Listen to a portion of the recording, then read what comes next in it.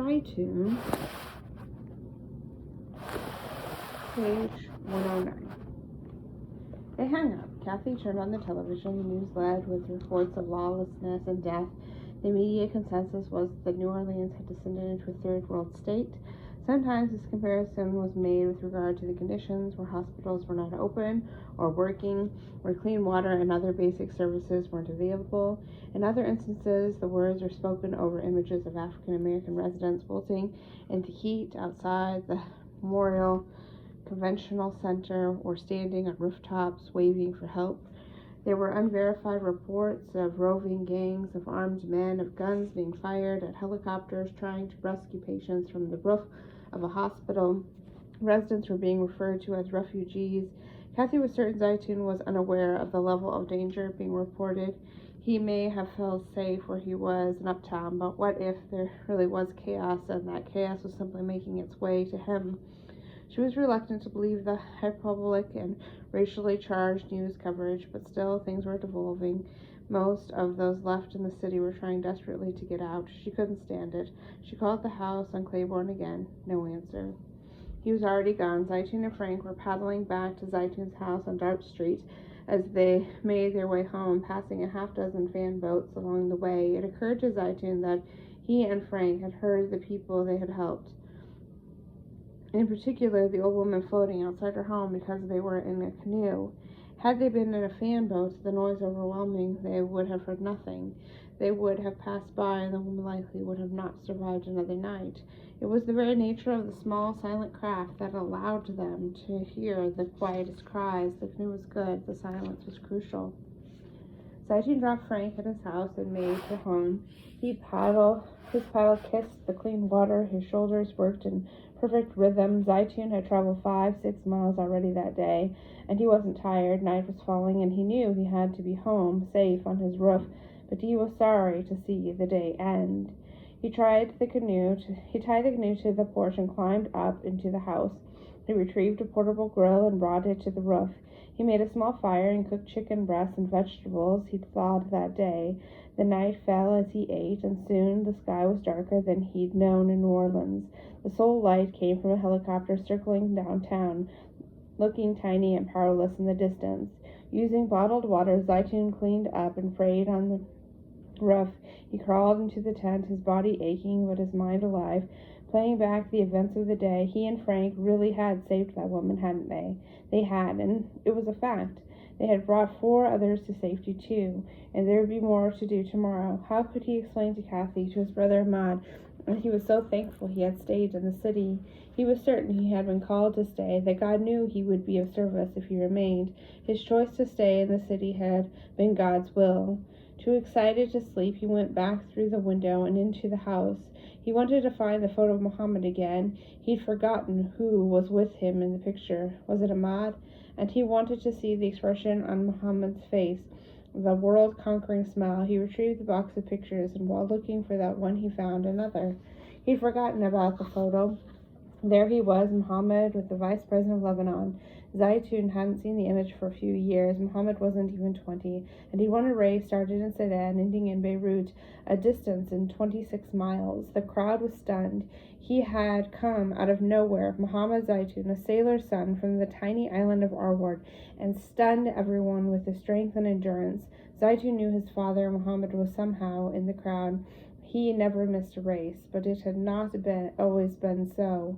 Muhammad wanted Muhammad and all of his sons working on dry land, so Muhammad spent his early teenage years as a craftsman, laying brick and apprenticing for an ironsmith.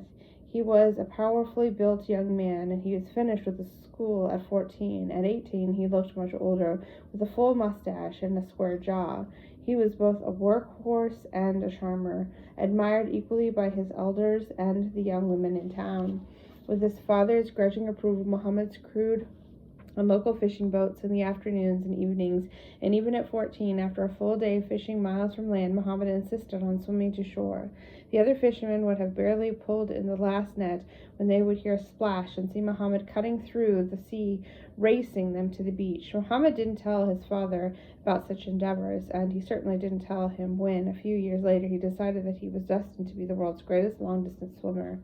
It was 1958. Egypt and Syria reacted to a number of political factors, including growing American influence in the region, merged, creating the United Arab Republic. The union was meant to create a more powerful bloc, one that might grow to include Jordan, Saudi Arabia, and others. There was wide public support for the alliance, pride bursting from the streets and windows of Syria and Egypt, the citizens of both countries seeing the union as a step along the way to a broader alignment between the Arab states. There were parades and celebrations from Alexandria to Latika. One of the commemorative events was a race between Jabla and Latika, in which swimmers from all over Europe would swim 30 kilometers through the Mediterranean. It was the first race of its kind on the Syrian coast. An 18-year-old Muhammad followed every step from the preparations to the race itself. He watched the swimmers train, study their strokes and regimen, longing to be part of it himself. He managed to be appointed to the crew of the guide boat for one of the competitors, Menir Deeb, which would keep pace with him along the race's route. Along the way, unable to contain himself, Muhammad jumped in and swam alongside Deeb and the other contestants. He not only kept up with the professionals, he impressed one of the judges. "That boy is great," the judge said. "He is going to be a champion." From that day on, Muhammad thought of little else but the fulfillment of that prophecy. Still only 18 years old, he worked mornings as a mason and ironsmith, afternoons as a fisherman, and at night he began to train for the next year's race. He kept his training secret from his father, even when he undertook 2 long-distance tests, one between Latika and Jabala, and another between Jabla and Banias. Soon enough, though, Muhammad learned of his son's aspirations, and fearing he would lose his son to the unforgiving sea that had almost taken his own life, he forbade him from swimming long distances. He wanted him out of fishing, away from the sea. He wanted his son alive. But Muhammad could not sleep. As difficult as it was to disobey his father, he continued to train. Telling no one in his family, Muhammad entered the next year's race. As he stepped out of the water in Latika, the cheers were deafening. He had won handily. Before Muhammad could return home, as an old friend of Muhammad's himself, a champion swimmer, visited Zeitoun's house, congratulating Muhammad on his son's victory. This is how Muhammad learned that Muhammad Zeitoun was the best swimmer in all of Syria. By the time Muhammad arrived home that night, Muhammad had given up his resistance. If his son wanted this, and his son was destined to swim, if God had made him a swimmer, then Muhammad could not stand in his way. He bought Muhammad a bus ticket to Damascus to train and compete with the best swimmers in the region. Zeitoun found another photo. Muhammad's first major victory came in the same year, 1959, in a race in Lebanon. Go ahead and go, buddy. The field was crowded, filled with well-known names, but Muhammad not only finished first, he did so in record time, 9 hours and 55 minutes.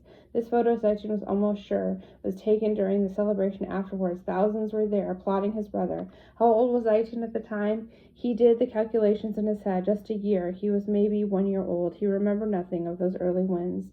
The next year, Muhammad entered the famed race between Capri and Naples, a contest that attracted the best swimmers in the world.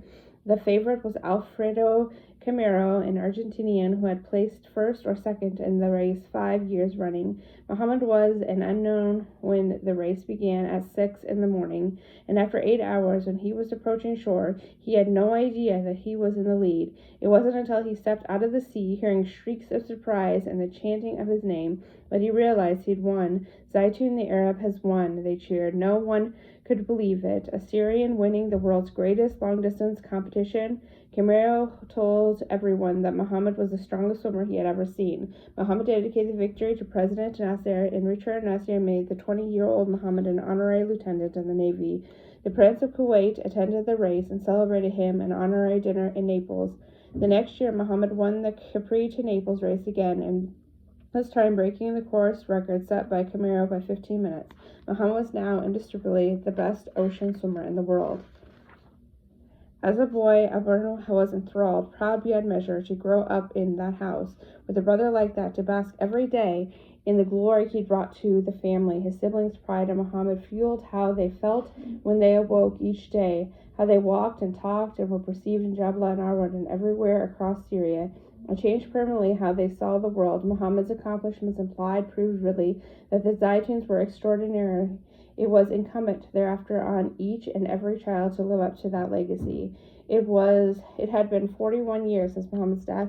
Muhammad's incredible rise and premature passing had shaped the trajectory of Zeitoun's family in general and of Aberdeen in particular, but he didn't like to dwell on it. In his last generous moments, he believed his brother had been stolen from him, and that unfairness of taking such a beautiful man so young put many things into question, but he knew he was wrong to think this way, and it was unproductive in any case. All he could do now was honor his brother's memory. Be strong, be brave, be true, endure, be as good as Muhammad was. Zeitoun tucked himself into the tent and fell into a fitful sleep. All over the neighborhood the dogs were mad with hunger. Their barkings was wild, unmoored, spiraling.